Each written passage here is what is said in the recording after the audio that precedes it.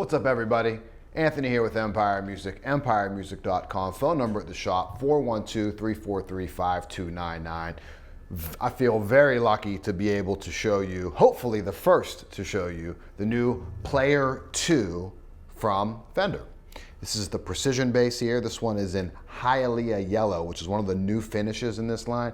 There's a lot of really cool finishes. I think the only thing that was really brought back in this series was I think they're doing Polar White again, the three-tone Sunburst, and Classic Black, right? All the other finishes are new, and hopefully we'll get a chance to show you all of that stuff, but this is what we had today in order to film this video for you to hopefully, again, be one of the first shops to show you this new lineup from Fender. It's always exciting to get new product from Fender. They're such a big name. They're so iconic. They always do models and series that give a ton of players a lot of options, a lot of versatility, but they're always on like the standardized and the very familiar Fender platform shape-wise, pickup configuration-wise, things like that.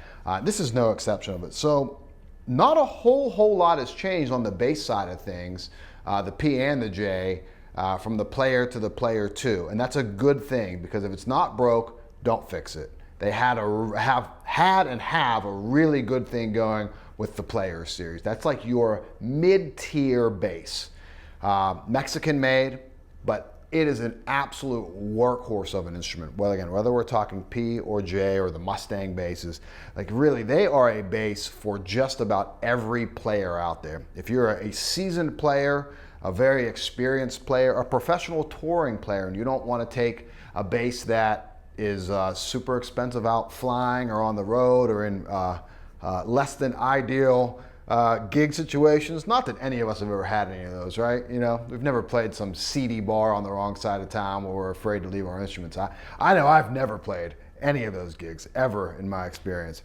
But it's nice to have a bass like this that you just don't really care about, and I don't obviously want to care about all of your instruments, but you're a little less worried about something that comes sub 1,000 than something that's multiple thousands of dollars. The beginner player that wants to start on an instrument that isn't straight like a Squire or something lower level in the few $100 mark. Not that there's anything wrong with those basses or those instruments, but it's nice to kind of take that step up. The guitar player, the recording engineer that just wants a good bass for the studio. This checks all of those boxes. It's super playable. It sounds really, really good because they're using really the same pickups that were in the Player series, which were strong performers. The upgrades that they've done, and I don't have it to show you, this one has maple board on it, right? Maple fretboard. They went back to rosewood, which is really nice to see. Look-wise, that's always nice. Rosewood is what people want. They went to Pal Ferro in the Player series. Nothing wrong with Pal Ferro. I actually think that was a good choice for a fretboard wood. I always thought it sounded nice, and there's, not to go too deep into the last model, but there's a lot of really boutique manufacturers out there, one of which begins with an F and ends with an A, and they use Pal Ferro on some of their very, very high-end instruments. There's nothing wrong with Pal Ferro. It got a bad rap because Fender was replacing rosewood with it. Well, they're back to rosewood, so it's nice to see, and we'll get a chance to show you a P bass with the rosewood board on it here shortly as soon as we get it in. At the time of filming, this was the only one that we had. So it's an alder body like normal, Alnico 5 pickup like normal, modern C neck like normal, 1.625 nut width like normal. That's your modern P-bass spacing. Open gear tuners like normal. Nothing's really changed there. We do have rolled fretboard edges on the bass, on all the fretboards. That feels really nice. That's a really nice little, I want to call it a high-end touch because there's a lot of manufacturers doing that. We did notice something on the Player series, and this is something we want to keep an eye on. I like to be honest in my reviews. I mean, we are a Fender dealer here, but I like to have a fair assessment of the stuff. And like it's gonna be fun to revisit these instruments a year from now, 2 years from now, where I think the Player series lasted maybe around 6 years. This is gonna be around for a while.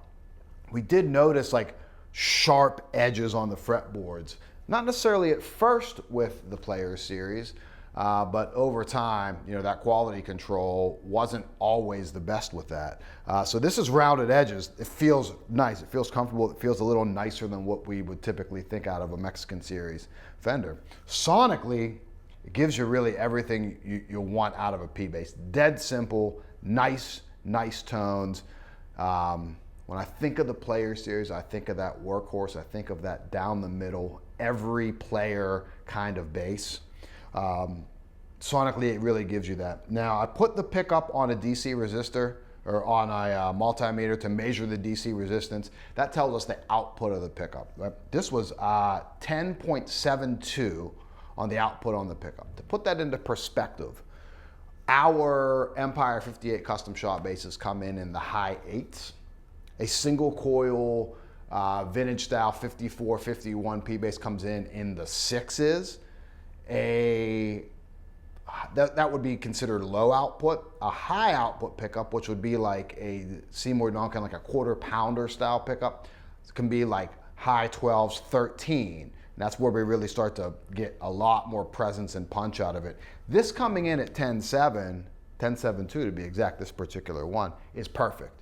I think that's the perfect amount of output, amount of articulation, amount of responsiveness that, again, for every player, whether you play rock, folk, funk, punk, reggae, jazz, whatever it is, this can kind of fit you all within that character of the P-Bass. I'll also say 2 comments. This is light. This was 8 pounds, 6 ounces when I weighed this. That's a great weight for a P-Bass. Out of the box, setup wise, I did next to nothing. I tuned it and I put about a quarter turn, maybe not even, let's say a quarter turn on the truss rod.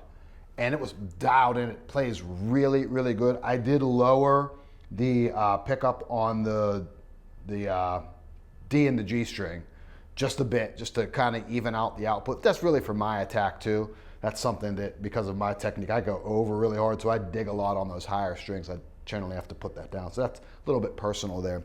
But really dialed in out of the box, and weight-wise was great.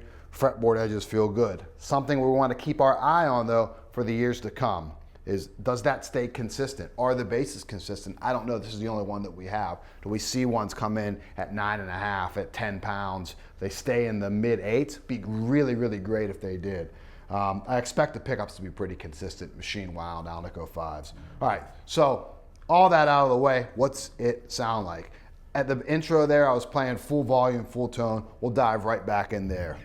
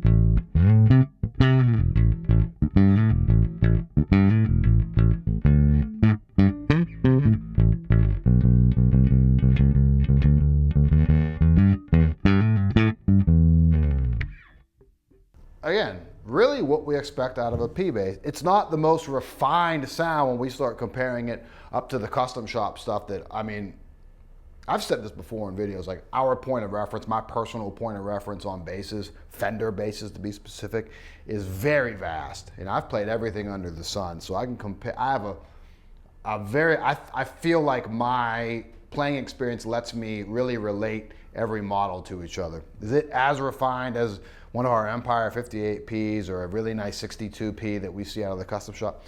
No, it's not. And that's kind of a good thing for the type of player, because you don't need all of that sensitivity, all of that refinement, if you're treating this as, you know, a jack of all trades kind of bass. But whatever you give it, it's going to give you all that P-Bass character back at. Fingerstyle, that was different attacks. Play with a pick.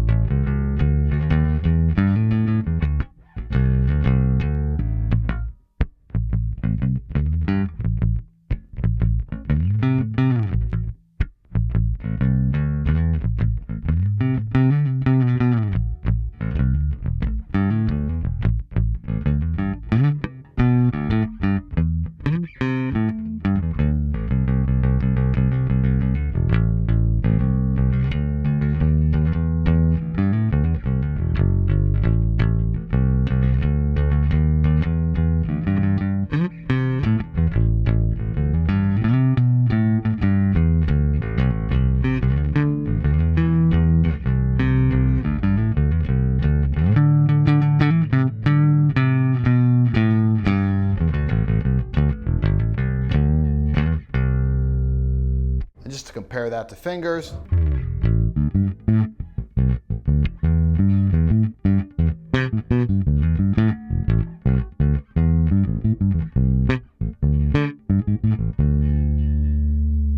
And then to the palm muting thing with the thumb instead of the pick.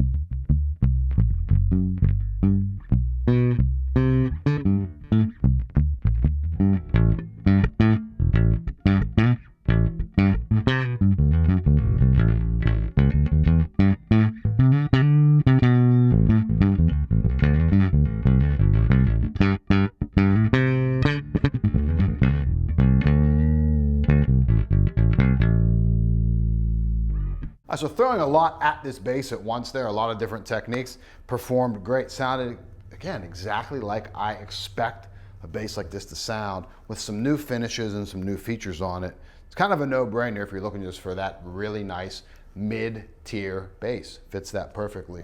Let's roll some tone way off on it. So more than I normally would. Let's go like 20% tone.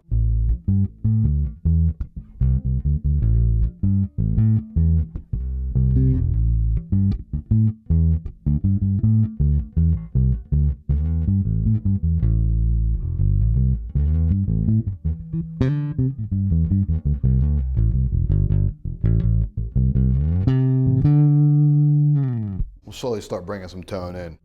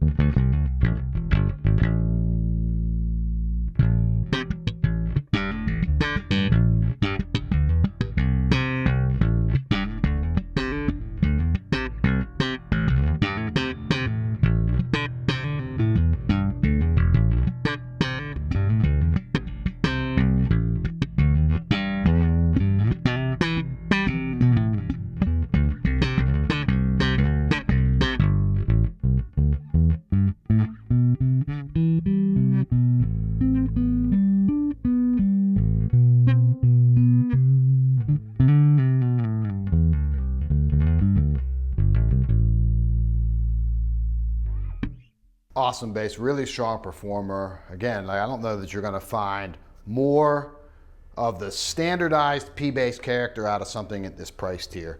So the brand new Player 2 series from Fender, new finishes, a lot of the same stuff from the Player series, but we've added the rolled fretboard edges, and in the case of the dark fretboards that you see, they're back to rosewood. Very, very nice, very impressed right out of the box. We'll keep on monitoring the quality control as they go. This weight's great at 8.6 pounds. The pickup is voiced perfectly for what we want to get out of a P-bass. If you're looking for something great mid-tier, really, really strong option in that. If you see something on the website, which is empiremusic.com, that you're interested in, whether it be something like this, lower, higher end, give me a call, 412-343-5299. We have financing options available. We do free shipping. Most importantly, I think, we do a pro setup on every single guitar bass that we sell. If you talk to me directly, I go grab that bass, I get my hands on it, make sure it meets my approval for what that's worth, then our techs go over it. We get it really dialed in before it ships out to you. Again, website's empiremusic.com, phone number 412-343-5299. My personal email at work, my work personal email is anthony@empiremusic.com. Thanks for watching. See you next time.